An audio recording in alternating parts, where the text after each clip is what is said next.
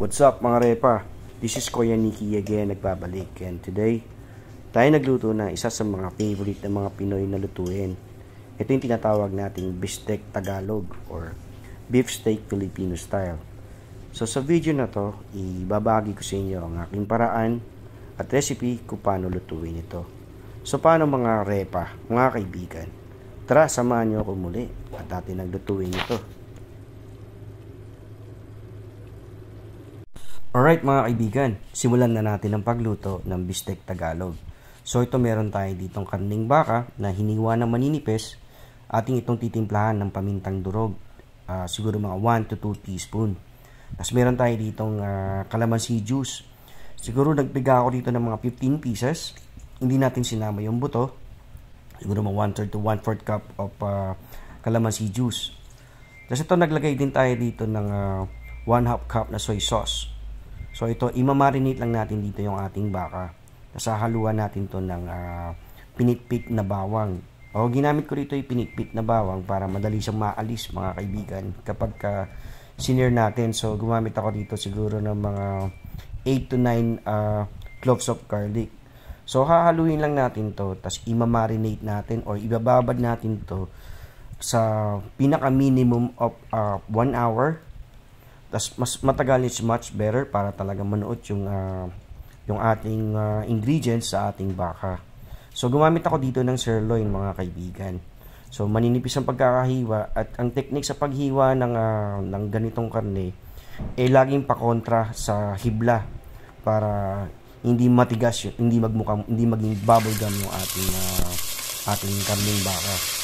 So ito, pagkatapos natin binabad ng isang oras, ating itong isi-sear o ipiprito natin ng bahagya. So ginagawa natin to, bukod sa nag-add sa ng magandang kulay, nalalock in natin yung mga ingredients na pinang-marinate natin sa ating baka. So meron namang ibang technique ang ginagawa. Talagang pinapakuluan na lang or sinisier na mga 3 minutes, then luto na kagad yung baka. Ako, since Filipino style tayo, minsan tayo talaga mahilig tayo sa nagmamantika yung ating niluluto. So ayan, habang sinishare natin, maglalabas ang sariling katas yung ating baka. Ang ginagawa ko dyan, kinukuha ko yan, sinahalo ko dun sa pinang-marinate ko. Kasi later, pag sa palambutan na, ating iahalo yung ating yung meat na na-extract natin, at the same time, pati yung ating marination. So ayan, kapag ganyan na yung ating texture ng ating baka, ating isi-set aside na to at tatanggalin natin. So ito lang yung style ko. So may iba kasi gusto lang nila talaga yung malambot na yung baka. Yun lang yung pakuluan o mabilis na luto lang. Ako kasi ang style ko dito, ganito, gusto ko yung parang medyo nagmamantika na talaga. Yung talaga napiga natin yung katas ng ating baka. Sa amin sa style ng luto ng mami ko, talagang masarap yung pagkakagawa ng ganitong luto. So yan, ito yung second batch natin. So hindi natin nilahat yung ating karning baka kasi yung mangyayari doon talaga magtutubig lang, hindi natin siya masisir o mapiprito ng bahagya. So yan, same procedure lang din sa kaninang ginawa natin. Ganito ang gagawin natin dito. Siguro gumamit ako dito na more than half kilo na baka. So sirloin or tenderloin.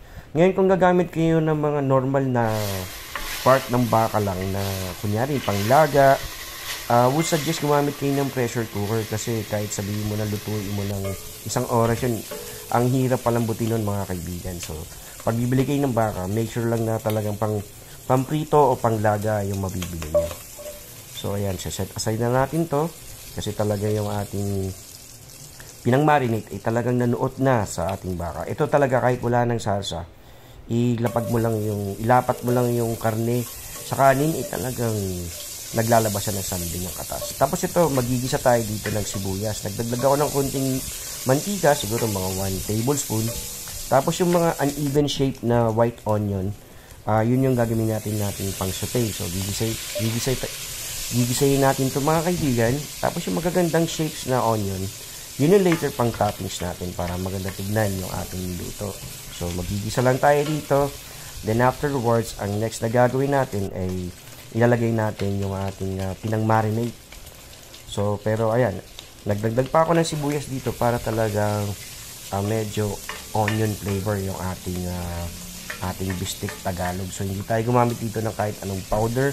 Ang ginamit lang natin dito ay natural na lasa ng garlic at saka ng sibuyas. So ito na yung ating pinang-marinate na hinalo natin yung nakuha nating katas na galing dun sa baka. So ating itong pakukuluan. So pinakuluan ko lang ito ng mga 30 to 40 minutes. Tapos nagdagdag ako dito ng 1 cup of water. So kaya ganito yung klase ng lutuan na ginamit ko kasi palalambutin ko to sa mahinang apoy. So yun yung diskarte ko dito. So alam ko yung iba, ba't naman yung pinusta yung baka, ang tigas na parang bubble gum.